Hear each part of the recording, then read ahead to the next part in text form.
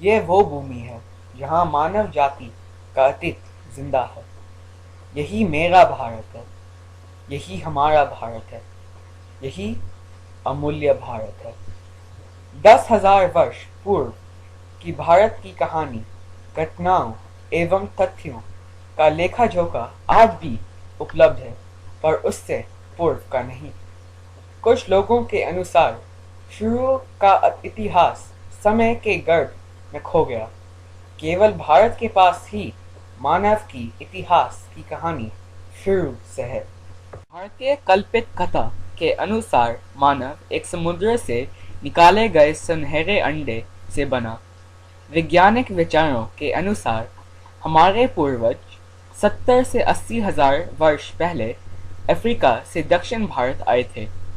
इन लोगों ने भारतीय वनस्पति और समुद्री उपहार से अपना काम चलाया। सभी गैर अफ्रीकी लोग अपने पूर्वजों को भारत इतिहास में खोज सकते हैं। यही कारण है कि भारत को मदर इंडिया के नाम से भी पुकारा जाता है। सभी भारतीय अनेक होते हुए भी एक हैं और एकजुट होकर जीवन व्यतीत करते हैं। भारत की संस्कृति और धर्म इस बात के प्रतीक हैं कि भारत की पहचान बनाई नहीं जाती, बनती रहती है। 10,000 वर्षों के बाद भी औद्योगिक प्रगति के कारण भारत एक नए आयाम पर पहुंचा। शहरों का उत्थान। भारत सबसे पुरानी सभ्यता का घर है।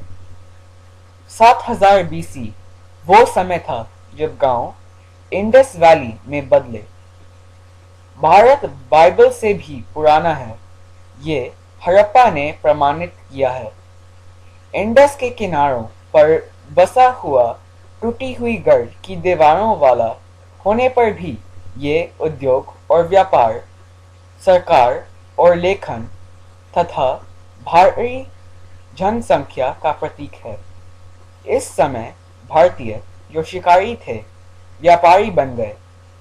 मोहनजोदारो वो राजधानी थी जो सामान से भरी हुई नावें फारस को बेचती थी। हिमालय से अरब सागर तक फैली हुई सिंधु घाटी की सभ्यता प्राचीन दुनिया की सबसे बड़ी सभ्यता थी। किसी कारणवश भारत ने अपना व्यापार छोड़ा और वापस भूमि के सहारे जीने लगे। लेकिन क्यों? इससे पहले भारत एक टीथस नामक समुद्र में एक टापू था। इस टापू की एशिया में टक्कर होने के परिणाम से हिमालयाज बने और नम वायु जो दक्षिण से चलती थी वो शुष्क होनी शुरू हो गई। तभी से भारतीय मानसून प्रिय हैं। इसलिए भारतीय उत्तर में ऐसी भूमि पर गए जहाँ की नदी हर तरह से संपन्न थी। ये नदी गंगा थी और यहीं से संस्कृत का उद्भव हुआ, जो संसार की सबसे बोली जाने वाली भाषाओं का मूल है। ऋग्वेद में सबसे पहली लिखी गई संस्कृत पाई जाती है, जो हमें उन जातियों के बारे में बताती है जिन्होंने जंगलों को जलाकर नई भूमि को पाया। ये लोग आर्यंस थे। इंडस शहरों के नष्ट होने जाने पर आर्यंस अपने साथ नई भाषा और नए विश्वास लाए। आर्यन सभ्यता की नई राजधानी पेशवास पाकिस्तान थी। पर अब भी एक नया प्रश्न उठता है कि आर्यंस कहाँ से थे? उत्तर है, वो केंद्रीय एशिया से आए थे। इंडो आर्यन वैदिक समय में स्थापित हुए, जिन्होंने 1500 से 500 बीसी में हिंदुत्व की नींव डाली। इंडो आर्यन सोसाइटी का निर्माण जाति विश्वास के आधार पर हुआ। वैदिक समय के अंत में छोटे छोटे समूह एकत्रित हुए साम्राज्य बनाने के लिए, जैसे कि काशी, कोसला, अंगा, माला, शेडी, बादशाह, कुरु, पंचाली, मात्स्य, सुरन सेनास, असाका, अवंती, गंधार और काम्बोज। ये माना जाता है कि 537 बीसीई में सिद्धार्थ गौतम को जागृति हुई और वे बुद्धा हुए, जिन्होंने अपने विचारों को केंद्रीय एशिया, पूर्वी एशिया, दक्षिण पूर्व एशिया में फैलाया। BC 520 में ज्यादातर महाद्वीप फारसी एक्मेनिड के नीचे डेरियस द ग्रेट के द्वारा लाए गए। 360 BC में अलेक्जेंडर द ग्रेट या सिकंदर ने पंजाब पर विजय पाई, लेकिन भारतीय सेना को देखकर अलेक्जेंडर की सेना ने उसका साथ छोड़ दिया। लेकिन भारी हमलों के प्रभाव के कारण सरकार में बदलाव आया और भारतीय और फारसी धर्म ने मिलकर ग्रेको बुद्धिज्म या महायाना बुद्धिज्म धर्म बनाया। अगला शासन मौर्य शासन हुआ, जिसे चंद्रगुप्त ने बनाया, जो अब बिहार है। ये अशोक द ग्रेट के शासन में पूर्ण रूप से पनपा। इस समय के तुरंत बाद भारतीय सभ्यता ईरानी सभ्यता में समाई। इस सभ्यता को इंडो रोमानी कहते हैं। जब मौर्य शासन का पतन हुआ तो कुशन साम्राज्य उद्भव हुआ। कुशन साम्राज्य अफगानिस्तान से बंगाल की खाड़ी तक फैला।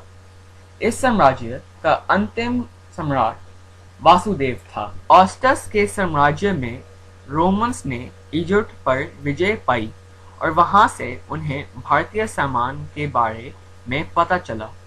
रोम भारतीय सामान पर इतना निर्भर था कि भारत हर साल 10 करोड़ स्वर्ण मुद्राएं रोम से प्राप्त करता था।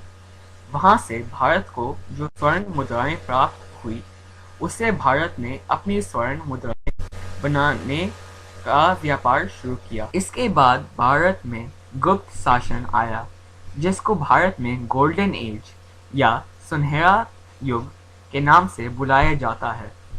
गुप्त शासन काल में वैज्ञानिक, तकनीकी, इंजीनियरिंग, आर्ट, भाषा, तर्क, गणित, खगोल विज्ञान, धर्म और दर्शन के क्षेत्र में बहुत तरक्की हुई।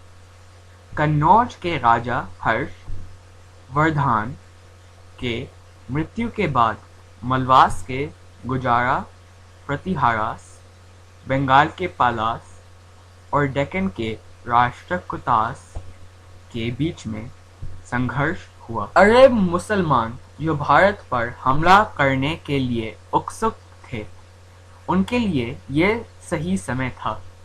मोहम्मद बिन कुसिक ने हिंदू राजपूतों से लड़कर भारत पर विजय प्राप्त की। इस तरह अरब मुसलमानों ने दिल्ली सुल्तान बनाया। इसके द्वारा भारत में हिंदू मुसलमान का विलय हुआ। दिल्ली सुल्तान ऐसी सरकार थी जिसने एक महिला को सबसे ऊंचा स्थान दिया। 1526 के बाद बाबर आया, जिसने मुगल साम्राज्य बनाया और समस्त भारत पर शासन किया। बाद में अकबर ने इस साम्राज्य को प्राप्त किया। 1707 मुगलों की सत्ता का पतन हुआ, क्योंकि हिंदुओं की संख्या ज्यादा होने के कारण उन्हें ये अच्छा नहीं लगा कि कोई मुसलमान भारत पर राज्य करे।